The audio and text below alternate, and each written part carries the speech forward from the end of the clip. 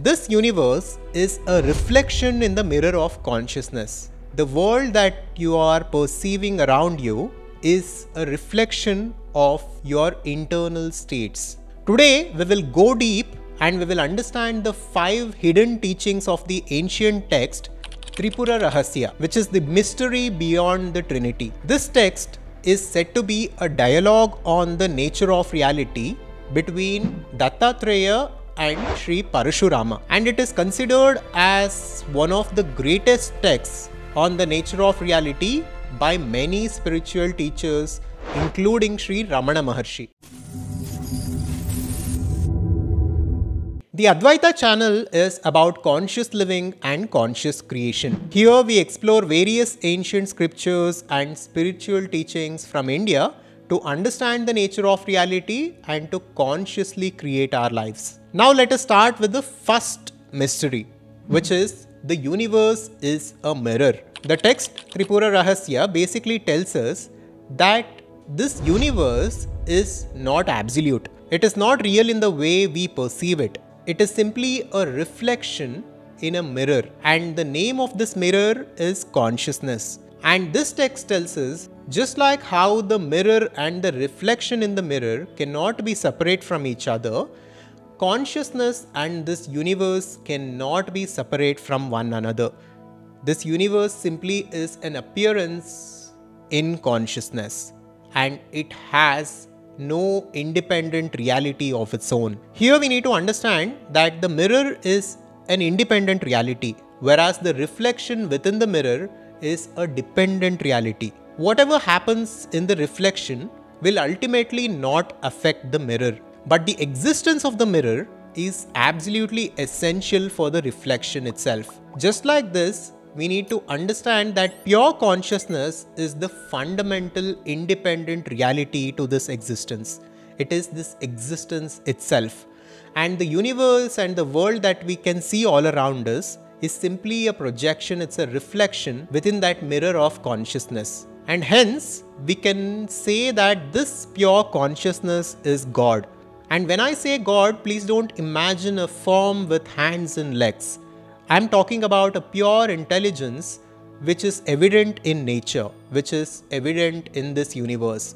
This universe is intelligent. From a blade of grass to human beings, every aspect of the creation shows intelligence. So intelligence is inherent in creation.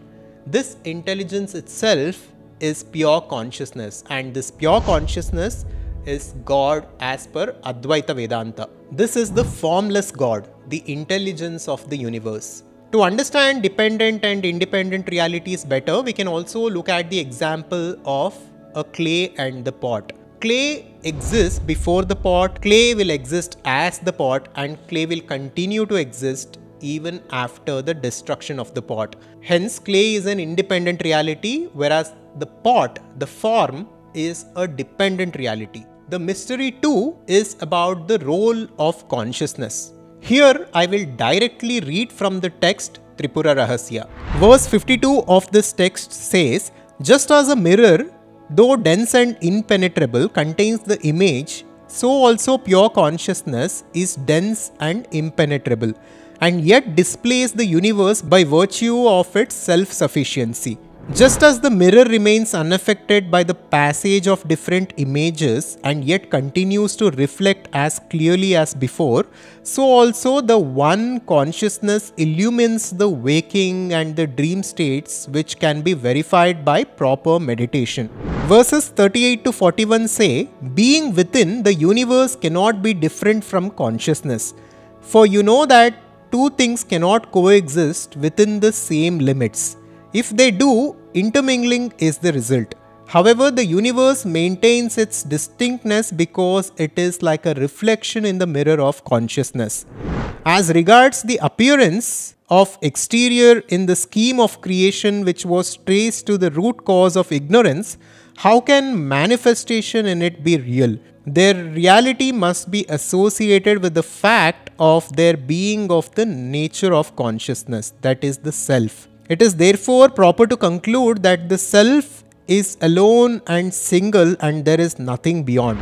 Here we need to understand that the consciousness is unaffected by the universe. It remains as it is, just like a mirror remains unaffected by the reflection in that mirror. And since this universe is simply a reflection in consciousness, this universe is nothing but consciousness itself. Hence, this consciousness can be called all-pervading, eternal, infinite, and limitless.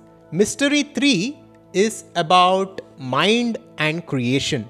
Here we will understand conscious creation and how the universe itself was created. The verse 65 says, O Parashurama, note how daydreams and hallucinations are clearly pictured in the mind even in the absence of any reality behind them. How does it happen? The place of objects is taken up by the peculiar imaginative quality of the mind. When such imagination is deep, it takes shape as creation. Consciousness is pure and unblemished in the absence of imagination. Here the verse is telling us that the consciousness is self-sufficient and it remains unaffected even without creation.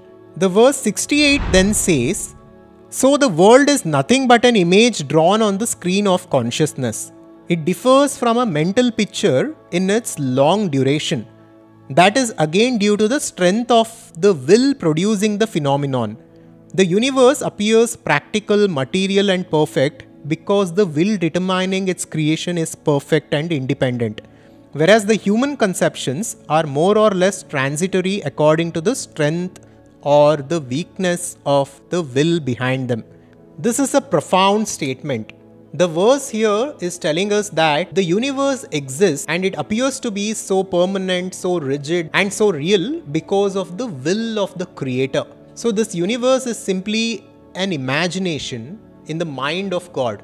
It is a reflection in consciousness. But because of the strong will of the creator, this imagination appears to be real and independent. And similarly to this phenomenon, we create our worlds all around us through the power of our minds. So whatever we think, whatever we believe, such a kind of life we live. This is what the modern teachings call the law of attraction. So we are constantly creating our lives through our minds.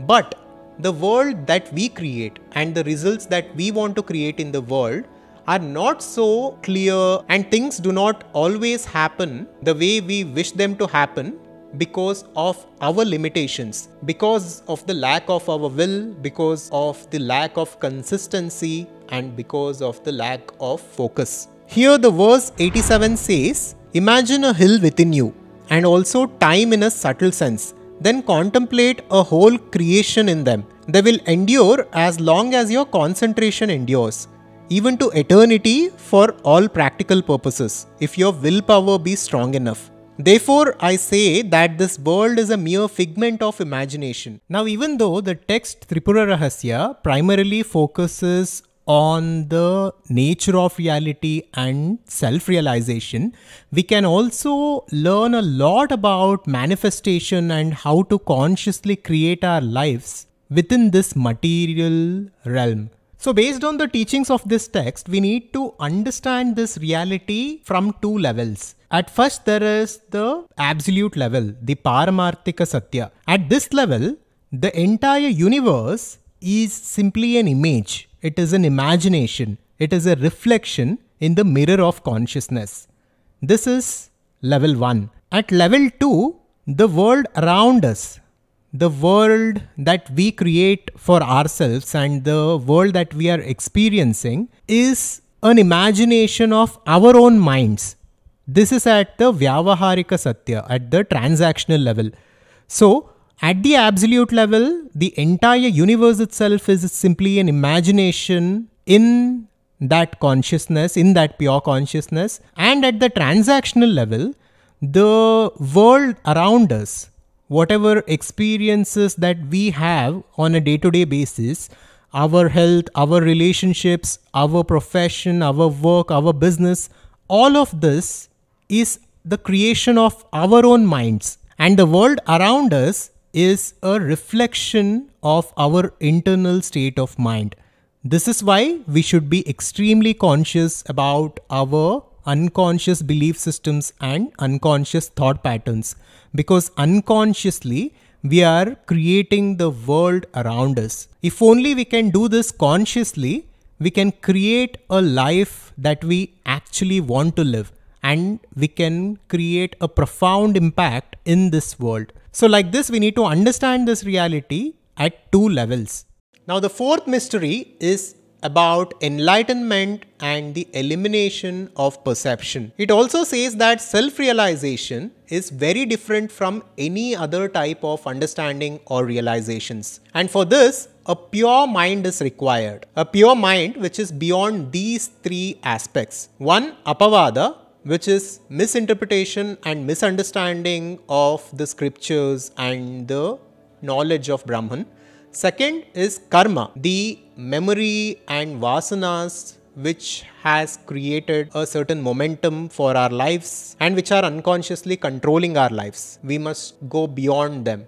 And third is kama, which is desire and the sense of duty which we all have, because of which we are distracted in this world and we don't go beyond this world. Here the text says the mind is simply turned away from other perceptions. The mind is in an indifferent state where there is absence of any kind of perception. Therefore, concentration on a particular item is necessary for the perception of external things. But since consciousness is the self and not apart from the mind, concentration on it is not necessary for its realization. It is enough that all other perceptions, namely thoughts, should be eliminated from the mind, and then the self will be realized. So the Yoga Sutras start with this. Yogas chitta vritti nirodha. Through yoga, the modifications in the mind or the thoughts within the mind will stop. And because of this, all perceptions will stop. When all perceptions stop, this is the place for realization as per this text and as per many other teachings in India. Now coming to mystery 5, which is the nature of the self and the nature of reality. So to sum it all up, the self is even experienced right now.